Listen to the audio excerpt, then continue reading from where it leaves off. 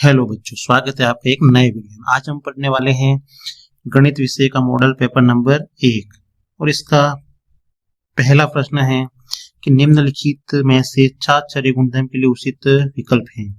तो सातचर्य गुणधर्म में क्या होता है कि जो कोष्टक होता है वो अपना स्थान है वो बदलता है। पहले 6 में देखते हैं तो कोष्टक है वो इस पीछे वाली संख्याओं में के पास रखा हुआ है और बराबर के इस साइड में फिर ये आगे वाली संख्या यहाँ पे कोष्टक है, तो कोष्टक है वो अपना स्थान है वो बदलता है, उसको बोलते हैं सातचर्य गुणधर्म। इसमें स है वो सही हो जाएगा। दूसरा सवाल लिखा हुआ कि एक चर वाले रैखिक समीकरण में चर की घात होती है। एक चर वाले जो रैखिक समीकरण होते हैं उसमें चर की घात है वो 1 होती है। तीसरा सवाल है केवल रेखाखंडों से बना सरल बंद वक्र है। तो रेखाखंडों से बना वक्र क्या होगा? त्रिभुज। ये त्रिभुज है वो सरल बंद वक्र है, तो इसका उत्तर हो जाएगा त्रिभुज। फिर चौथा है कि 48 के वर्ग का इकाई का अंक होगा, तो इसका उत्तर हो जाएगा 4। फिर जब वर्ग का पूछे तो अपने को क्या करना है कि इकाई का अंक है उसका 2 बार गुणा करना है और गुणा करने पर क्या आता है 64। 8 का वर्ग 64 होता है, 64 में इकाई का अंक 4 है, तो इसके लिए इसका उत्तर हो जाएगा 4। पांचवा सवाल है कि ठोस आकृतियों में विमाओं की संख्या होती है। तो ठोस आकृतियां जो भी होती हैं उनमें विमाओं की संख्या होती है 3, लंबाई, चौड़ाई और ऊंचाई। छठा सवाल है कि पिछले वर्ष की कुल राशि पर परिकलित किया गया ब्याज कहलाता है। तो इसका उत्तर हो जाएगा चक्रवर्ती ब्याज। पिछले वर्ष की जो कुल राशि है उस पर जो ब्याज लगता है उसको बोलते हैं चक्रवर्ती ब्याज।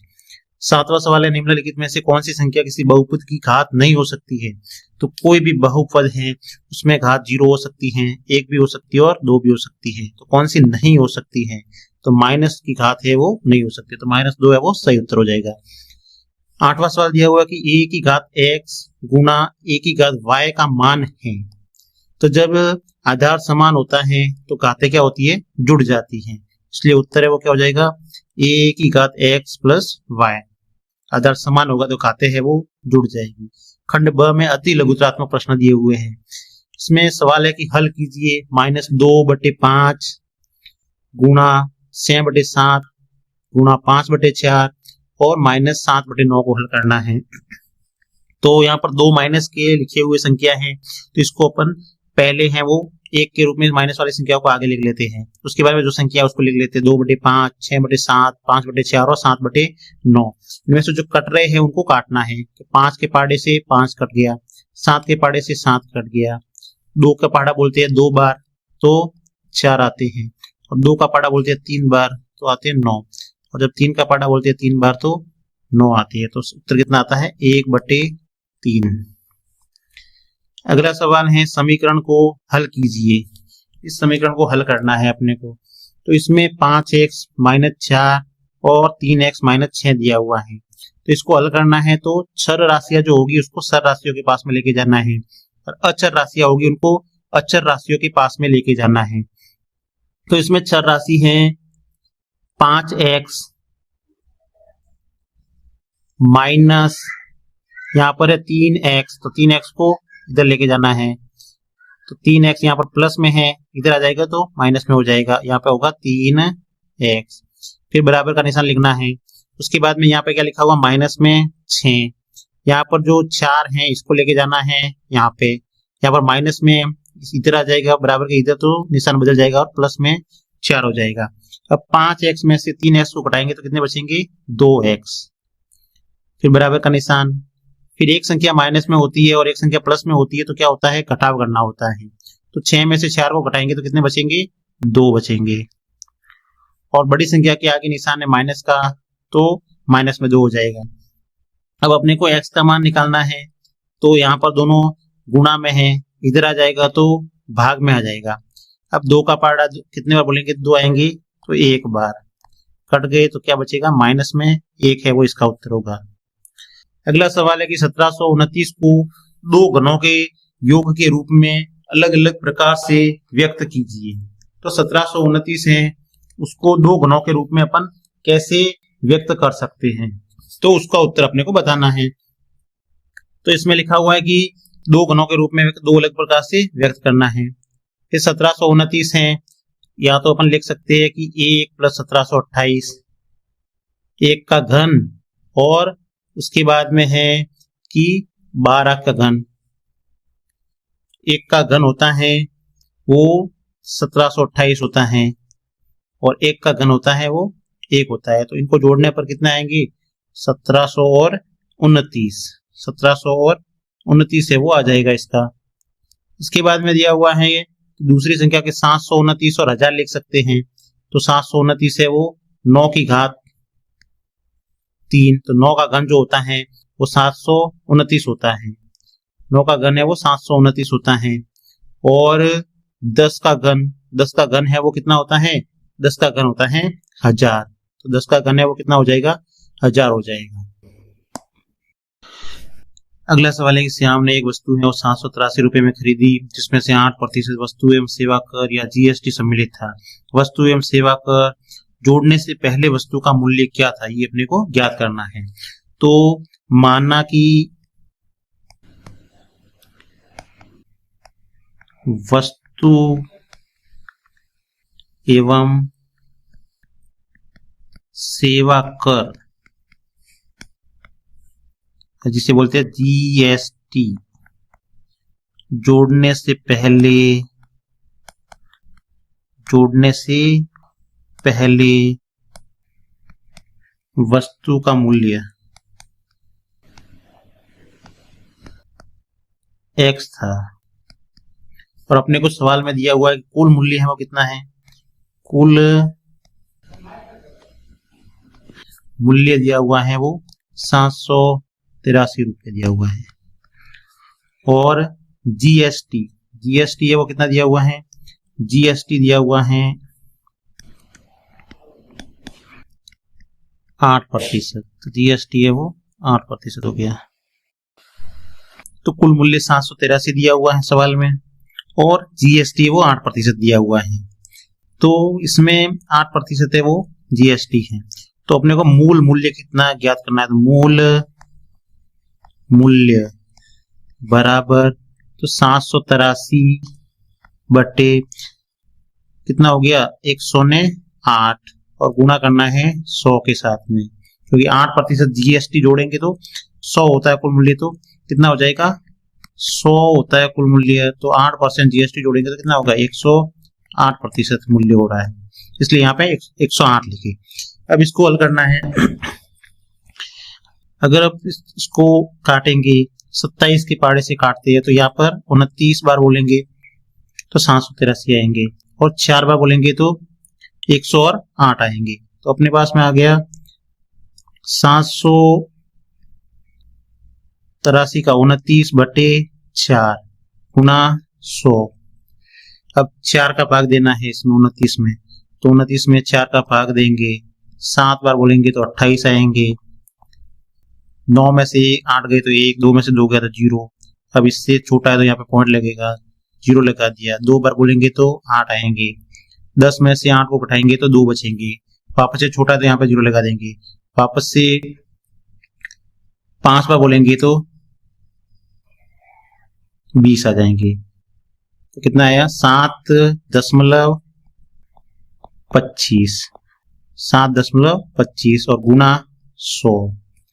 जब इसको हल करेंगे तो आ जाएगा 725 रुपये, 725 रुपये। हल कैसे करेंगे, 7.25 है, इसका गुना 100 के साथ में हो रहा है, पॉइंट यहाँ से हटाएंगे तो यहाँ पर 2 जीरो आ जाएंगे, 100 से 100 कट जाएगा और 725 उत्तर आ जाएगा। तो अतः जीएसटी जोड़ने से पहले वस्तु का मूल्य कितना होगा 725 रुपये। खंड स में दिया हुआ है अपने को लघुत्तरात्मक प्रश्न और पहला है रिक्त स्थान वाला प्रश्न कि 1 माइक्रोन कितना के बराबर होता है, तो खाली जगह भरनी है अपने को। तो इसका उत्तर हो जाएगा 1 गुना 10 की घात -6 के बराबर होगा। फिर है कि 0.000035 का मानक रूप है, तो इसको मानक रूप में बदलना है, तो इसका उत्तर हो जाएगा 3.5 गुना 10 की घात -4। फिर इसको सामान्य रूप में बदलना है, तो इसका उत्तर हो जाएगा 0.0001, 2 और 5। इसके बाद में इसको बदलना है, तो इसको बदलना है तो इसका उत्तर हो जाएगा 27। इसका उत्तर हो जाएगा 27। इसको कैसे 27 कैसे आएगा? आधार समान है तो घाते है वो क्या होगा, जुड़ जाएगी। आधार समान है तो घातों को जोड़ दे, 2 प्लस माइनस में 5 और 6, 2 प्लस माइनस में 5 और 6, इनको क्या करना है, जोड़ना है। जब अपन इसको हल करेंगे, 3 की घात 2 है, इसमें एक संख्या प्लस और एक माइनस में होती है तो क्या होता है, कटाव होता है। इसमें से 6 में से 5 गया तो 1, कितना आया, 3 की घात 3, और 3 की घात 3 को हल करेंगे तो कितना उत्तर आएगा, 27। अगला सवाल है सत्य असत्य वाला कि घनाभ का पृष्ठीय क्षेत्रफल लंबाई गुणा चौड़ाई, चौड़ाई गुणा ऊंचाई और ऊंचाई गुणा लंबाई होता है। तो इसका क्या हो गया, असत्य। घनाभ का पृष्ठीय क्षेत्रफल का सूत्र असत्य है, तो इसमें लिखेंगे अपन असत्य। किसी पात्र में भरे गए पदार्थ की मात्रा धारिता कहलाती है, तो इसका सही होगा सत्य। एक संदूक में 8 फलक और 6 शीर्ष होते हैं। एक संदूक जो होती है उसमें 8 फलक और 6 शीर्ष होते हैं। फलक, ये इसका मतलब है, संदूक का मतलब या तो घन की आकृति का होगा या फिर घनाभ की आकृति का होगा। तो उसमें कितने होंगे फलक, 6 फलक होंगे। इसका मतलब ये क्या हो जाएगा, असत्य। फिर है कि 1 सेंटीमीटर क्यूब का मतलब 1000 लीटर होता है, तो इसका मतलब ये भी क्या है, असत्य। अगला सवाल है कि मिलान करना है, तो a minus B plus A B minus B, और इसको अपने को मिलान करना है, तो इसको किससे मिलाएंगे, a माइनस सी से मिलाएंगे। दूसरा है 4p की घात 3 और माइनस 3p है, तो इनका 4 और 3 का गुणा करेंगे तो 12 आएगा। तो 12 कहाँ आ रहे हैं, तो ये रहा, तो इसको इससे मिलाएंगे। फिर x plus Y minus 5xy है, इसको हल करना है, तो इसका गुणा इसके साथ में करेंगे तो कितना हो जाएगा, 5x की घात 2 हो जाएगा और y हो जाएगा, 5xy 2 हो जाएगा, और लास्ट में 5 और 5 का गुणा 25 और xy हो जाएगा। इसमें जब इनका इसको हल करेंगे तो 2x की घात 2 x प्लस 15 हो जाएगा, तो ये इसका उत्तर हो जाएगा। फिर अगला सवाल है कि एक थैली में 4 लाल गेंद, 2 पीली गेंद और 3 सफेद गेंद हैं, तो थैली के अंदर से बिना देखे एक गेंद निकाली जाती है, तो निम्नलिखित की प्रायिकता क्या होगी। अगर निकाली गई गेंद है वो पीली हो तो इसकी प्रायिकता ज्ञात करनी है। तो प्रायिकता में ध्यान रखना है कि क्या लिखना, जिसके बारे में अपने से पूछा गया है उसको तो लिखना है अंश में, जिसके बारे में अपने को पूछा है उसको तो लिखना है अंश में, और कुल कितनी, जो भी वस्तु दी हुई है कुल कितनी है उसको लिखना है हर में, कुल वस्तु को लिखना है हर में, और जिसका ज्ञात करना है उसको लिखना है अंश में, ज्ञात करना है उसको लिखना है, ज्ञात करना उसको अंश में, और कुल वस्तु कितनी है वो हर में लिखनी है। तो यहाँ पर अपने को पीली गेंदों की संख्या ज्ञात करनी है, तो पीली गेंदों की संख्या कितनी है, यहाँ पर 2 है, तो 2 को लिख दिया ऊपर, और कुल गेंदें कितनी है, 4 और 2 6 और 7 8 और 9, तो 9 गेंदें वो नीचे लिख दी, तो 2/9 इसका आ जाएगा। अगला है कि निकाली गई गेंद लाल नहीं हो, निकाली गई गेंद लाल नहीं हो, तो इसमें अपने को पता करना है कि कितनी गेंदें जो लाल नहीं है, तो 4 तो लाल है 9 में से, तो लाल नहीं है वो कितनी, 2 और 3 5 है वो लाल नहीं है, और कुल गेंदें कितनी है 9, तो इसमें अपन 9 लिख देंगे। फिर निकाली गई गेंद सफेद हो, तो सफेद गेंदें कितनी है, 3 है, सफेद गेंदें कितनी है 3 है, तो 3 को लिख दिया यहाँ पे, और कुल कितनी है 9। अब दोनों किसी एक के पाड़े में आ रहे हैं, 3 के पाड़े में आ रहे हैं, 3 का पाड़ा एक बार बोलते तो 9, और 3 का पाड़ा 3 बार बोलते तो 9 आते, इसलिए ये इसका उत्तर हो जाएगा। फिर अगला है कि निकाली गई गेंद हरी हो, तो इसमें दिए हुए प्रश्न है हरी गेंदों की संख्या है 0 है, तो 0 लिख दिया, और कुल गेंद 9 है, और जब इसको हल करेंगे तो कितना आएगा, 0 आ जाएगा। इसके बाद में ये सवाल लिखा हुआ है, इसको भाग विधि से इसका वर्गमूल ज्ञात करना है, तो ये वर्गमूल इसका आ जाएगा। फिर है कि 12,000 का 2 वर्ष के लिए 10% वार्षिक दर से चक्रवृद्धि ब्याज और साधारण ब्याज में अंतर ज्ञात करना है। तो इसमें अपने को दिया हुआ मूलधन है वो 12,000 है, ब्याज है वो कितना है 10% है, और समय है वो 2 वर्ष लिखा हुआ है। साधारण ब्याज के लिए सूत्र होता है मूलधन गुणा ब्याज और समय बटे 100, मूलधन ब्याज गुना समय बटे 100। तो मूलधन अपने को दिया हुआ 12,000, फिर 10 है, 10% है, वो ब्याज दर है और समय 2 वर्ष है। जब इसको हल करेंगे तो 2 जीरो से 2 जीरो कट जाएंगे, 12 और 2 का गुना करेंगे तो 24 आएंगे, 1 जीरो ये और 1 जीरो ये, तो 2400 है वो इसका साधारण ब्याज आएगा। फिर मिश्र धन निकालना है अपने को चक्रवृद्धि ब्याज के लिए, साधारण ब्याज आ गया, फिर चक्रवृद्धि ब्याज निकालना है तो चक्रवृद्धि ब्याज के लिए सूत्र हो जाएगा मिश्र धन बराबर मूलधन गुणा 1 प्लस दर बटे 100 की घात समय। तो इसमें अपन ने मूलधन लिख दिया 12,000, फिर 1 प्लस दर है वो 100 है, 10% 10 बटे 100 हो गया और समय है 2 वर्ष। जब इसको हल करेंगे तो आएगा ये आ जाएगा, उसके बाद में इसको हल करेंगे तो ये आ जाएगा और 14,500 और 20 आ जाएगा। फिर चक्रवर्ती ब्याज ज्ञात करना है अपने को, तो मिश्र धन में से जो मूलधन है उसको घटाना है तो 2520 आ जाएगा और इन दोनों का अंतर ज्ञात करना है तो चक्रवर्ती ब्याज है उसमें से साधारण ब्याज को घटाएंगे तो 120 है वो उत्तर आ जाएगा।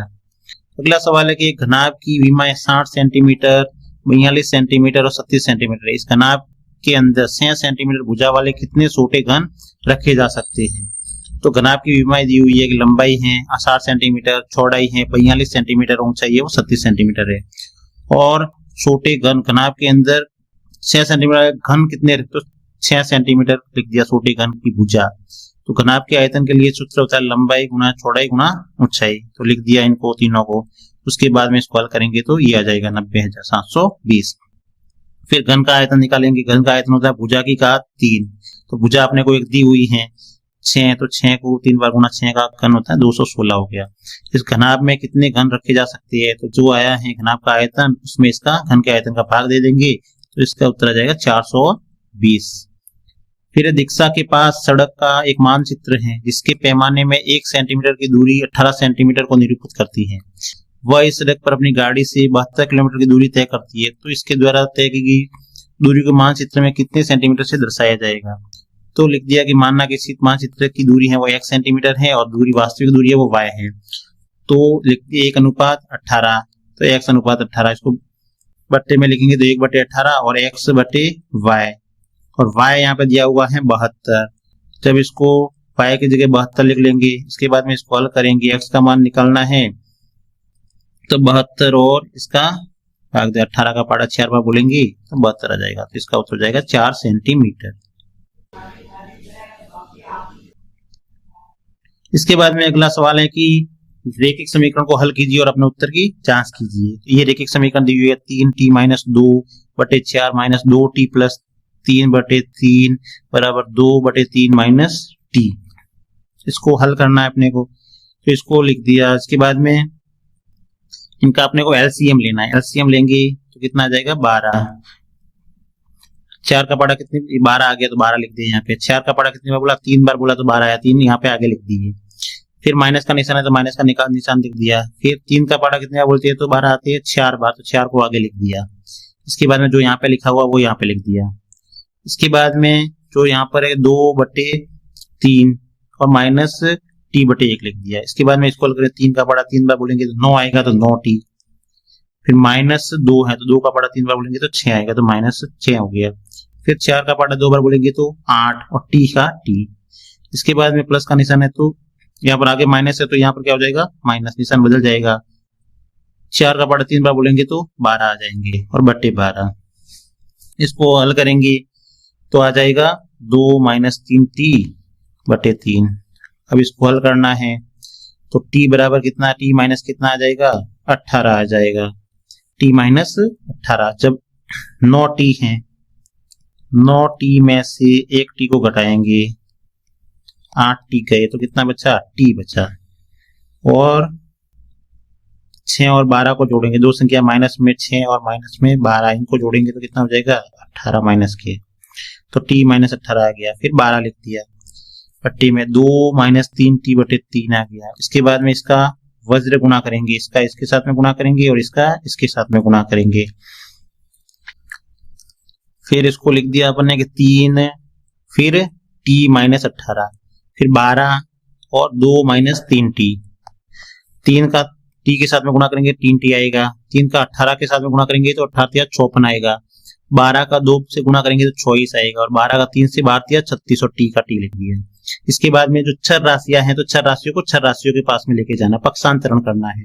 यहाँ पर 3 टी है, इधर छह राशियां कौन सी है 36 टी, 36 टी को इधर से यहाँ पे लाएंगे, यहाँ पर माइनस में है ये, इधर लेके जाएंगे तो क्या हो जाएगा प्लस हो जाएगा, 36 टी प्लस में हो जाएगा। यहाँ पर 54 माइनस में है, इधर आ जाएंगे तो प्लस में हो जाएंगे। सब इसको हल करेंगे तो इन जोड़ों को जोड़ेंगे तो 39 टी हो जाएगा, इन दोनों को जोड़ेंगे तो 78 हो जाएगा। अब अपने को टी का मान चाहिए, टी का मान निकालेंगे 78 में 39 का भाग देंगे तो उत्तर कितना आ जाएगा 2 आ जाएगा। अब अपने को उत्तर की जांच करनी है तो अपने समीकरण में 2 रख देंगे, टी की जगह पे 2 रखना है। इसके बाद में हल करेंगे तो उत्तर कितना आ जाएगा, दोनों जगह 2 आ जाएगा, दोनों साइड में माइनस में 4/3 आ रहा है, तो इसका मतलब अपना उत्तर है वो सही है। फिर अगला सवाल है कि एक वर्ष में यातायात पुलिस द्वारा काटे गए चालानों की संख्या को सारणी में त्रैमासिक दर्शाया गया है, दी गई सूचना को पाई चार्ट द्वारा निरूपित कीजिए। तो पाई चार्ट वाले सवाल में क्या करना है कि अपने को 2 कॉलम तो बनाए हुए दिए हुए हैं, तो 2 कॉलम और बनाने हैं। और 2 कॉलम कैसे बनाने हैं कि यहाँ पर अपने को दिया हुआ त्रैमासिक और चालानों की संख्या दी हुई है, तो 2 कॉलम और बनाने, एक तो संपूर्ण का भाग वाला कॉलम बनाना है अपने को, और एक बनाना है केंद्रीय कोण की माप वाला कोण। संपूर्ण का भाग वाला और केंद्रीय कोण की माप वाला बनाना है। अब अपने को जनवरी से मार्च तक दिया हुआ है 180 चालान, अप्रैल से जून तक 150, जुलाई से सितंबर तक 240 चालान काटे गए, अक्टूबर से दिसंबर तक 150, और कुल मिलाकर कितना हो गया 720 चालान है वो पूरे वर्ष में काटे गए। संपूर्ण के भाग में क्या करना है कि जो भी यहाँ पर लिखी हुई संख्या है उनको ऊपर लिखना है, और कुल कितना हो रहा है योग उसको नीचे लिखना है। तो पहले में 180 है और कुल है 720, तो 720 लिख दिया। दूसरे में 150 है तो 150 और कुल 720 को लिख दिया। फिर 240 है और कुल को नीचे लिख दिया। इसमें 150 है ऊपर और कुल है वो नीचे लिख दिया। अब इसको हल करेंगे तो 0 से 0 कट गया। 18 के पाड़े को एक बार बोलते हैं तो 18 आते हैं, और 4 बार बोलते हैं तो 72 आते हैं। इसके बाद में 0 से 0 कट गया। 5 के पाड़े से इसको हल करेंगे तो 5 बार, और इसको बोलेंगे तो 24 बार। इसके बाद में 0 से 0 कट गया। 24 के पाड़ों को एक बार बोलेंगे 24, और 3 बार बोलेंगे तो 72 आ जाएंगे। इसमें 50 से 0 का 0 कट गया। अब 3 के पाड़े से इसको हल करेंगे तो कितना आ जाएगा, 5 बार बोलेंगे तो 15, और 3 के पाड़े को 24 बार बोलेंगे तो 72 आ जाएंगे। इसमें भी ऐसा ही है, 3 के पाड़े को 5 बार बोला 15, और 24 बार बोला तो 72 आ गए। इसके बाद में केंद्रीय कोण की माप, वो संपूर्ण का भाग में जो भी आया है उसको वहां पे लिखना है और गुणा करना है 360 डिग्री से। तो 1/4 आया तो इसको 360 से गुणा करेंगे। 4 के पाड़े को 9 बार बोलेंगे 36 आएंगे, और 0 का 0 लगा देंगे तो 90 डिग्री हो जाएगा। इसमें इसको हल करेंगे तो आ जाएगा 75 डिग्री। कितना आ जाएगा 75 डिग्री। अगर इसको अपन 12 के पाड़े से काटते हैं 2 बार, और इसको काटेंगे तो 3 बार।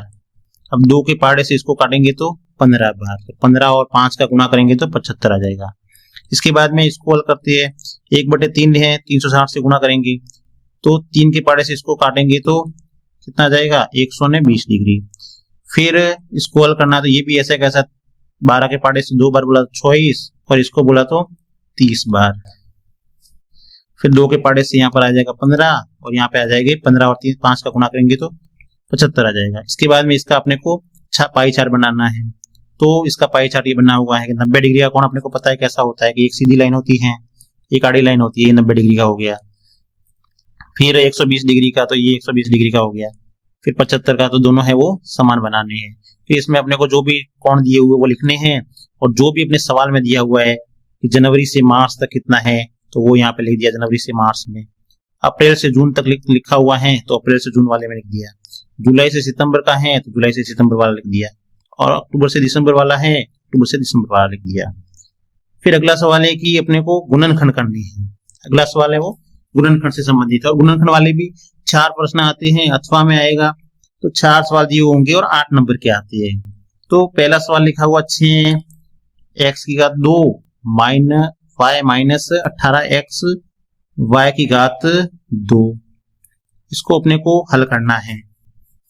तो इसके अपन गुणनखंड कर लेंगे। तो 6 है तो 6 लिख दिया, x 2 है तो x 2 बार लिख दिया, और y 1 है तो y 1 बार लिख दिया। उसके बाद माइनस है तो माइनस लगा दिया। 18 के गुणनखंड करेंगे तो 6 और 3 हो जाएंगे। फिर x 1 बार है तो x लिख दिया, y 2 बार है 2 बार लिख दिया।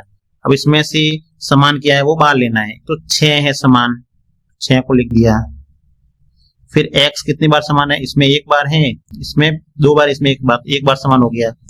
और y कितनी बार है, यहाँ पे 1 बार और इधर भी 1 बार है, तो y भी समान है, उसको बाहर ले लिया। अब क्या क्या बचा इसमें से, इसमें बचा हुआ एक तो x बचा है, और क्या बचा है, कुछ भी नहीं, और यहाँ पे माइनस। इसके बाद में इधर क्या बचा है, एक तो 3 बच गया, और क्या बचा है, एक y बच गया, तो 3y। ये उत्तर इसका हो जाएगा। अगला सवाल इसमें दिया होगा 15p³ plus 15 9q plus 25p। तो इसमें जो समान है उसको पास में लेके आ जाते हैं, जिस जोड़े बनाने में आसान रहेगा समान बनाने में। तो 15p³ है, इसके पास में 25p को लेके आए। इसके बाद में 9q और 15q, इन दोनों में से इनके अपन गुणनखंड करेंगे तो 5 और 3 15 हो गए, फिर p और q लिखे हुए, फिर प्लस का निशान, 5 और 5 का पाड़ा बोलते तो 25 आते, फिर p, फिर 3 का 3 से गुणा करते हैं 9 आते हैं, और q, और 3 का 5 से करते हैं तो 15 आते हैं। इसके बाद में इधर क्या है समान, 5p है वो समान है। इधर क्या बचा, 3 और q। फिर है इधर वाले में 3 है वो समान है, और इधर क्या बचा, 3 और q बचा, और इधर बचे हैं 5, तो इसको इधर लिख दिया। या फिर इसको डायरेक्ट करना है तो डायरेक्ट भी कर सकते हैं कि 15p³ plus 25p plus 9q plus 15। अब इसको लिख दिया। इसके बाद में इसमें देखना है कौन से पाड़े में आती है दोनों संख्याएं, तो 5 के पाड़े में आती है, ये 5 लिख दिए बाहर। और क्या समान है इसमें, p है वो दोनों में है, p लिख दिया। 5 का पाड़ा कितनी बार बोलते थे, 15 आते, 3 बार, p बाहर आ गया। क्या बचा यहाँ पे, q। फिर प्लस का निशान है तो प्लस का निशान, 5 का पाड़ा कितने बार बोलते थे, 25 आते, 5 बार, p बाहर आ गया, तो ये हो गया इसका। इसके बाद में इसमें इन दोनों के जोड़े में क्या समान है, किसमें आते हैं, 9 और 15 के 3 के पाड़े में आते हैं, तो यहाँ पर लिख दिया अपन ने 3। और समान है क्या, कोई नहीं है। 3 का पाड़ा कितने बार बोलते तो 9 आती है 3 बार, और क्या बचा यहाँ पे, q। 3 का पाड़ा कितने बार बोलते तो 15 आते हैं 5 बार। ये हो गया। अब कोष्टक वाली संख्याओं को अपने को लिखना है पहले। कोष्टक में क्या क्या संख्या है, 3q प्लस 5, और जो बाहर वाली है उसको बाद में लिखना है, 5p प्लस 3, और ये इसका क्या हो जाएगा, उत्तर हो जाएगा। अगला सवाल है कि 16x की घात 2 माइनस 49, इसको हल करना है। तो 16 किसका वर्ग है, 4 का, तो 4 की घात 2, और x का भी 2 लिख दिया। 7 किसका वर्ग है, 7 का 49 वर्ग है, तो 7 का वर्ग लिख दिया। जो कोष्टक की अंदर वाली संख्या उनको 2 बार लिखना है बस। 4x प्लस 7 एक बार प्लस में लिखना है और एक बार माइनस में लिखना है। अगला सवाल है कि a की घात 2 प्लस 6a माइनस 16। तो इसमें क्या करना है अपने को कि इसमें a की घात 2 लिख दिया। इसके बाद में ऐसी संख्या इसकी गुणनखंड करनी है, खोजनी है कि जिसको गुणा करने पर तो 16 है और घटाने पर कितना आना चाहिए, 6 आना चाहिए। तो 8 और 6 2 हो गए, तो 8 और 2 का गुणा करते 16 आते हैं। इन दोनों को फिर इसमें से कॉमन किया वो लेना है। इन दोनों में से क्या है, a है वो दोनों में है, तो a बाहर आ गया। अब इसमें क्या बचा, a बचा, इसमें क्या बचा 8, तो यहाँ पे लिख दिया। फिर माइनस, इन दोनों में कॉमन क्या है, 2 है वो कॉमन है। फिर इसमें a बचा, 2 का पाड़ा कितने बार बोलते हैं, 16 आते हैं 8 बार। इसके बाद में जो कोष्टक वाली संख्या है उसको लिख दिया सबसे पहले, और कोष्टक के बाहर वाली संख्या वो बाद में लिख दी। इस प्रकार से इसका उत्तर आ गया। इसके बाद में ये भाग वाले सवाल हैं। तो भाग वाले सवाल में भी ऐसा ही गुणनखंड करने हैं कि x की घात 2 माइनस 25 लिखा हुआ है, तो इसको हल करेंगे। तो x की घात 2, x प्लस 5, एक बार 5 कितना लिखना है, एक बार प्लस में 5 लिखने हैं, x प्लस 5, एक बार माइनस में लिखनी है। तब दोनों को काटेंगे तो x माइनस 5 उत्तर आ जाएगा। फिर इसका अगले वाले में इसको ऊपर लिख दिया 7, इसको इसके गुणनखंड के रूप में x 2 बार है, y 2 बार है, z 2 बार है। फिर 14, x एक बार, y एक बार, z एक बार। 7 का पाड़ा बोलेंगे 2 बार, तो 14 आ जाएंगे। x से x कट जाएगा, y से y कट जाएगा और z से z कट जाएगा। क्या बचा अपने पास में? एक तो 2 बचा, ऊपर क्या बचा? x y ने z, तो x y z लिख दिया। इधर क्या बचा है? 2 बची है, तो ये अपना उत्तर हो गया x y z बटे 2। अब इसको हल करना है तो m की का 2 माइनस 14 m माइनस 32 भाग देना है m प्लस 2 का। अगर इसको हल करेंगे, अगले सवाल में अपने को 2 आकृतियां दी हुई है, इसमें इस आकृति, पहली आकृति में अपने को x का मान ज्ञात करना है। अब इसमें x का मान ज्ञात करना है तो इसमें त्रिभुज दिया हुआ है, अंदर वाला कोण 80 डिग्री का दिया हुआ है, इधर बाहर वाला कोण है वो 30 डिग्री का दिया हुआ है। जब एक यहाँ पर देखो इधर और इधर कोण ये बन रहा है रेखिक युग्म, रेखिक युग्म में 2 कोणों का योग है वो कितना होना चाहिए? 180 डिग्री। अब इस कोण का नाम अपन लिख देते हैं 1, कोण 1 लिख देते हैं। तो इन दोनों को मिलाने पर कितना होना चाहिए? 180 डिग्री होना चाहिए। कोण 1 और 130 को मिलाने पर होना चाहिए अपने पास में 180 डिग्री होना चाहिए। तो अपने को कोण 1 का मान ज्ञात करना है, तो कोण 1 को लिख देंगे आगे और इसको इधर लेके चले जाएंगे। ये माइनस में है तो क्या हो जाएगा? प्लस में है तो माइनस में हो जाएगा और कोण 1 का मान आ जाएगा 50 डिग्री। अब इसका मान आ गया 50 डिग्री, इसका 50 डिग्री आ गया। अब अपने को इसका मान ज्ञात करना है, तो इससे पहले अपने त्रिभुज का मान ज्ञात कर देते हैं कि त्रिभुज में क्या लिखा हुआ है। त्रिभुज में ये 80 डिग्री का हो गया, ये 50 डिग्री का हो गया, तो 80 डिग्री प्लस 50 डिग्री प्लस इसका नहीं पता, इसको कोण 3 लिख देते हैं। तो कोण 3, तीनों को मिलाने पर कितना होना चाहिए? 180 डिग्री। जब इनको जोड़ा तो कितना हो गया? जब जोड़ेंगे तो हो जाएगा 130 डिग्री प्लस कोण 3 और 180 डिग्री। अब कोण 3 का मान ज्ञात करना है तो 180 में से अपन 130 को घटाएंगे तो आ जाएगा 50 डिग्री। इसका मान भी कितना आ जाएगा? 50 डिग्री। कोण 3 का मान यहाँ पर आ जाएगा 50 डिग्री। अब यहाँ पर क्या बन रहा है? रेखिक युग्म बन रहा है। ये एक रेखिक युग्म है, रेखिक युग्म बन रहा है। तो लिख लेते हैं यहाँ पर भी रेखिक युग्म, यहाँ पर भी रेखिक युग्म बन रहा है। x और 3 के मध्य भी x से प्लस कोण 3 का मान अपने को पता है कि 50 है, तो 50 बराबर कितना होना चाहिए? 180 डिग्री के बराबर होना चाहिए। क्यों? क्योंकि ये क्या है? रेखिक युग्म है, रेखिक युग्म है इसलिए। जब इनको हल करेंगे प्लस में इधर चला जाएगा तो माइनस हो जाएगा, तो x बराबर 180 में से 50 को घटाएंगे तो x बराबर आ जाएगा 130 डिग्री। तो x बराबर कितना जाएगा? 130 डिग्री। इसका उत्तर आ जाएगा 130 डिग्री। अगले सवाल में अपने को दिया हुआ है एक समांतर चतुर्भुज दिया हुआ है। क्या दिया हुआ है? समांतर चतुर्भुज। इसमें अपने को x का मान, y का मान और z का मान ज्ञात करना है। x, y और z तीनों के मान ज्ञात करने हैं। तो इसमें अपन देखते हैं कि यहाँ पे क्या मान होता है इसका। y का मान निकालते हैं तो यहाँ पर देखो ये z बन रहा है, z आकृति बन रही है, z आकृति बन रही है। तो y का मान तो दिखने से पता चल रहा है कितना हो जाएगा? 46 डिग्री हो जाएगा। तो y बराबर तो हो गया 46 डिग्री। क्यों है? क्योंकि क्या है? एकांतर कोण है, एकांतर कोण है, इसलिए y बराबर कितना होगा? 40 डिग्री के बराबर। यहाँ पर देखो फिर इधर बन रहा है रेखिक युग्म। क्या बन रहा है? रेखिक युग्म बन रहा है। तो यहाँ पर अपन कोण लिख लेते हैं 1, इन दोनों को मिलाने पर कितना होना चाहिए? 180 डिग्री। कोण 1 प्लस 70 डिग्री बराबर कितना होना चाहिए? 180 डिग्री। क्यों? क्योंकि ये क्या है? रेखिक युग्म, और रेखिक युग्म में 2 कोणों का योग है वो 180 डिग्री होना चाहिए। कोण 1 का मान ज्ञात करना है तो इसको इधर लेके चले जाएंगे तो प्लस से वो क्या हो जाएगा? माइनस हो जाएगा। 180 में से 70 को घटाएंगे तो कोण 1 का मान आ जाएगा 110 डिग्री आ जाएगा, 110 डिग्री। अब कोण 1 का मान 110 डिग्री आ गया है तो ये और ये क्या है? सम्मुख कोण। तो x बराबर भी क्या हो जाएगा? 110 डिग्री। क्यों है भाई? कि ये क्या है? सम्मुख कोण है, सम्मुख कोण, इसलिए x का मान है वो कितना हो जाएगा? 110 डिग्री। अब अपने को z का मान ज्ञात करना है। अपने को पता है कि ये 110 डिग्री है, y का मान अपने पास में आ ही गया है, तो y का मान 40 डिग्री है।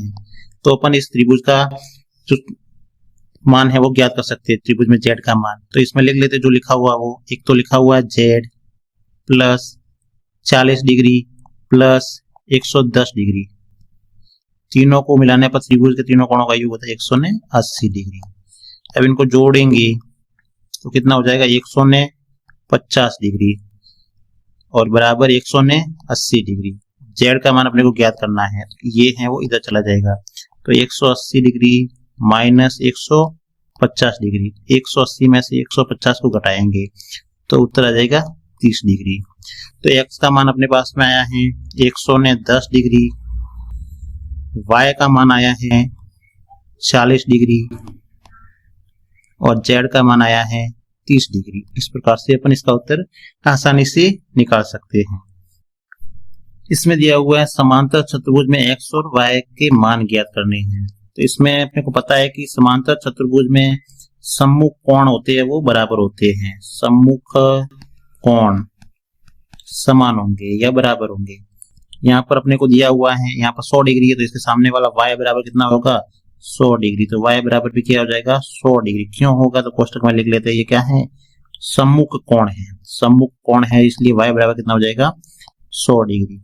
अब यहाँ पर देखते हैं तो ये ऐसे बन रहा है कोण और यहाँ पर किस तरीके से कोण बन रहा है। तो ये देखने में एक जैसे कोण लग रहे हैं, इसके आगे भी एक लाइन है, फिर नीचे भी, इसके भी आगे भी और लाइन है और इधर भी। तो ये भी कितना हो जाएगा x बराबर हो जाएगा 100 डिग्री। अब क्यों होगा, क्योंकि इसको ये है संगत कोण है, क्या है संगत कोण, इसलिए x का मान 100 डिग्री हो जाएगा। या फिर अपन ऐसे करते हैं तो ये z जैसी आकृति बन रही है, इधर से इधर z जैसी आकृति बन रही है। यहाँ पर अपने को पता है कि y बराबर 100 डिग्री है तो x बराबर कितना हो जाएगा 100 डिग्री। तो ऐसे भी अपन कर सकते हैं इसको। अगला सवाल दिया हुआ है ये चित्र, इसमें भी अपने को x और y के मान ज्ञात करने हैं। इस वाले में भी x y के मान ज्ञात करने हैं। तो इसमें भी लिख लेते हैं कि समांतर चतुर्भुज में विकर्ण दिए हुए हैं, तो लिखते हैं कि समांतर